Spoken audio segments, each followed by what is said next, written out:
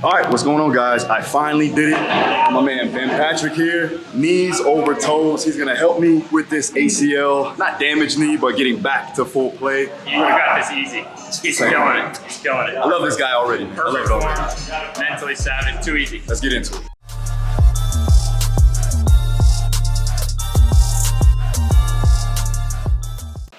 Louis Simmons has done a good job of describing how it takes a lot of reps to get the blood flow all the way inside. So we're not even though the muscles will end up burning, we're actually doing this for like tendons, ligaments, exactly.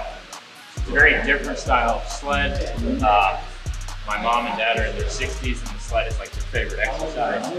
And we start intentionally, slowly. While still, like if you looked at your sled, you want one constant speed on it. So we're trying to be really smooth, not jarring. And then all I really coach is when you go forward, to think to get like farther on each step. So when you're like, think stride length when you're going forward, but don't, for the knees, when you go backwards, don't think about stride length, like think about quicker steps. So on the way back, like you'll get more burn safely out of taking quicker steps than trying to take big steps. What you're starting to feel right now, like he became hooked on that every day. So after a certain point, it's like, why do we have to think so traditionally? Why can't we sled every day? And that's where we saw like crazy healing going on. There's a lot of blood flow. Yep, you gotta keep up with us. That's the only rule. Good, yeah, quick steps. And it keeps it simple. You just think about quick steps, and you'll feel that DMO turn on, and you take the quicker step. That's all I coach. Like stride length forward, stride frequency back. Nice, nice. We're halfway there. Gotta keep up with me. Yeah, nice, nice. Farther steps each stride. Yeah, yeah, nice. Good job. I think it's pretty cool for fighters because you don't actually really hypertrophy from this. Yeah. I think you can maybe precipitate more hypertrophy, but there's no eccentric load. So for a fighter who wants like an advantage, this is cardio. This is actually our only cardio. We have a really simple program. You gotta keep up, you gotta keep up. Cardio. Just survived it, he never stopped. That's a savage. Damn, like it got gradually worse. Exactly, because if you start out fast for people who have joint problems, so it's really a reverse way of thinking. Yeah. You started intentionally slow. You only increase speed as you have literally like a zero of pain. Did you feel like the blood flow got to where? Yeah, there was no pain. Yeah. No pain, just obviously got tighter. You know, fatigue started to build up. And so my program is basically sled before the session, then in the session is like strength mobility work. Yeah. So this like tightens it, but it gets your cardio in. Yeah. This is actually my favorite exercise to jump higher.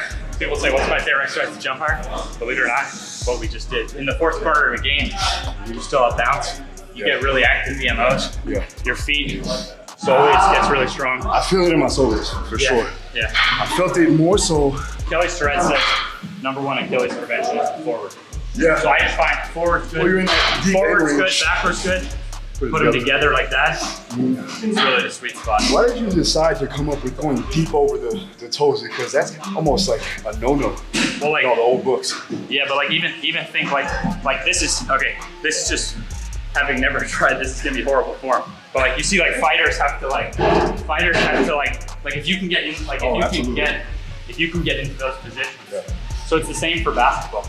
You can tell the guy who can't play knees over toes. Think like old Dirk Nowitzki probably played a whole game without his knee going over his toe. And then you see Kyrie Irving and these guys, and they're in there deep. So I realized, oh my God, I've been prevented knee over toe. I'm the worst at knee over toe. No wonder I can't play basketball. Gotcha. So then by getting stronger at knee over toe, now things like dunking basketball, it's like a joke for my knees. Yeah, my bounce is great. But we do this every session. Every session? Every session. You do this almost every day though, right? 5 days a week is the program, but if you come here on Saturday or Sunday, you're gonna find me. You can see you develop like the abilities just through repetition. Yeah, but without working through pain. That's why that's the cheat code. So I spent a lot of time during COVID trying to come up with like ways to mimic the result of the sled. Came up with some great stuff, but nothing matches what we just did for knee cardio. So we're looking at 100 meters. Forward and 100 meter backward. Okay. That's what we just did. Gotcha. So we just Yeah, did if you went to a football field Okay. and you went all the way down and then came all the way back. Okay. Starting slow and like as the yards go, like increasing. How much weight is that on the sled? So first off, this is the Rogue sled. Yep. But it has a bunch of heavy duty stuff attached. So if you wanted to just go backward, you could. The sled itself is pretty heavy. Every turf varies. Yeah. So I can't say what weight to use, unfortunately. True, yeah. Because turf varies. That's 35 and we use the plates between. So we just have 100 pounds on there. We have 45 kilos, 99 pounds. So we just have, if you go too heavy, you can't get into a rhythm. But if there's no weight, you don't get that burn. Sure. So everyone, you should test, like in any surface, you can measure off and test like what makes you over 100 meters, like that sweet spot. We'll go into what I think is the second most important thing. And I think with those two, like if all you learned was those two, like I'd be a happy man. Let's break down the sled. Start intentionally slow. Then when you're going forward, think about stride length. When you're going backward, think about stride frequency. So if you start out intentionally slow, you're off to a good start. If you think about stride length going forward, that loads the toes and the glutes more. But when you go backward, don't get risky and take big steps. I promise it'll burn more. You'll feel that vastus medialis muscle for your knee even more if you take faster steps. So those are often misunderstood.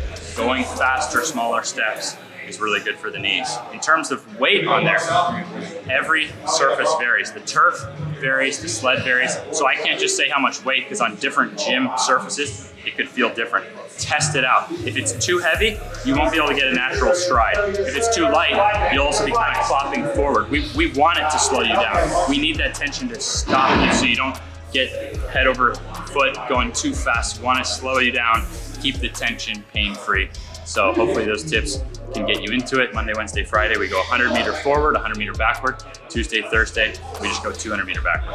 I use this basically to mimic an Olympic weightlifting shoe. I like to wear a barefoot shoe like you do. Yes. Olympic weightlifting they don't make barefoot shoes yet. So I'm like, how do I get to like emphasize my quads and full range of motion? So I actually made these off like a North Star. Most of the studies on the VMO, they only tested to 90 degrees. So they kind of determined like, oh, you can't preferentially train the VMO. But as you approach 140 degrees, like in this position, it's almost exclusively VMO to get out of the bottom position.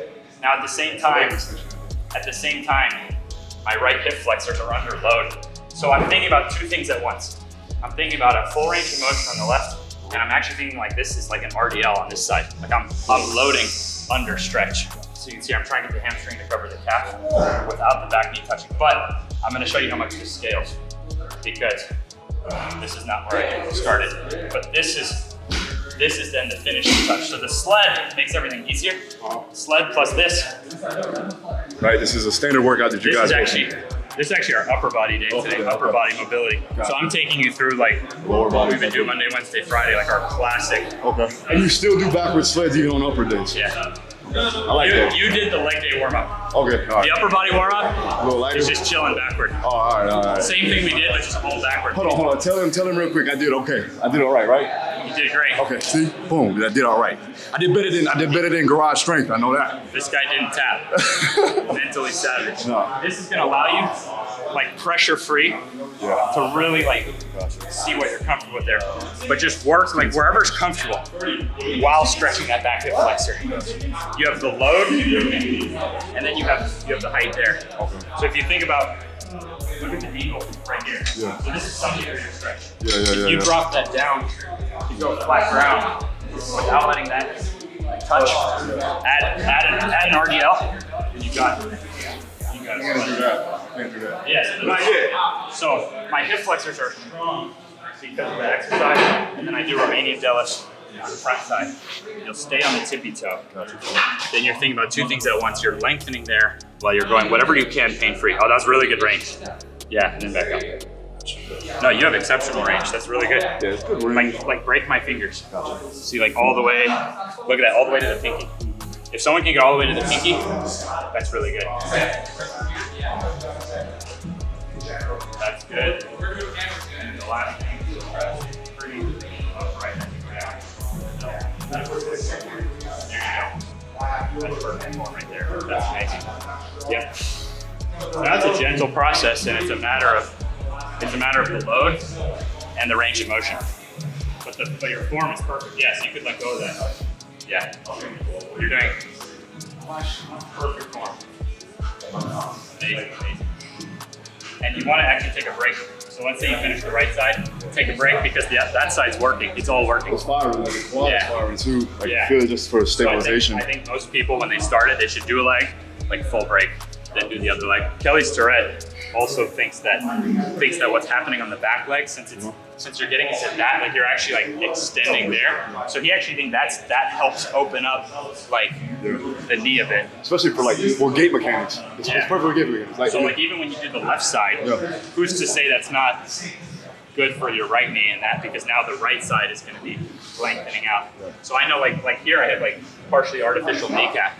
So I was told it wouldn't bend again, but then by putting all this stuff together, like it gradually opens. So, but I think when it's stretching there, I think it really helps open it up. Yeah, that's usually a foot high with some assistance is a safe starting point. And then you can gradually go down to about 6 inches. You guys don't know, I had an ACL tear. If you didn't know, I've been following the channel at all. But it's been acting up a bit lately. It's been inflamed in a lot of ways, especially doing like just lower body stuff. That's why I really came to see my man here. It's feeling good already. That's awesome.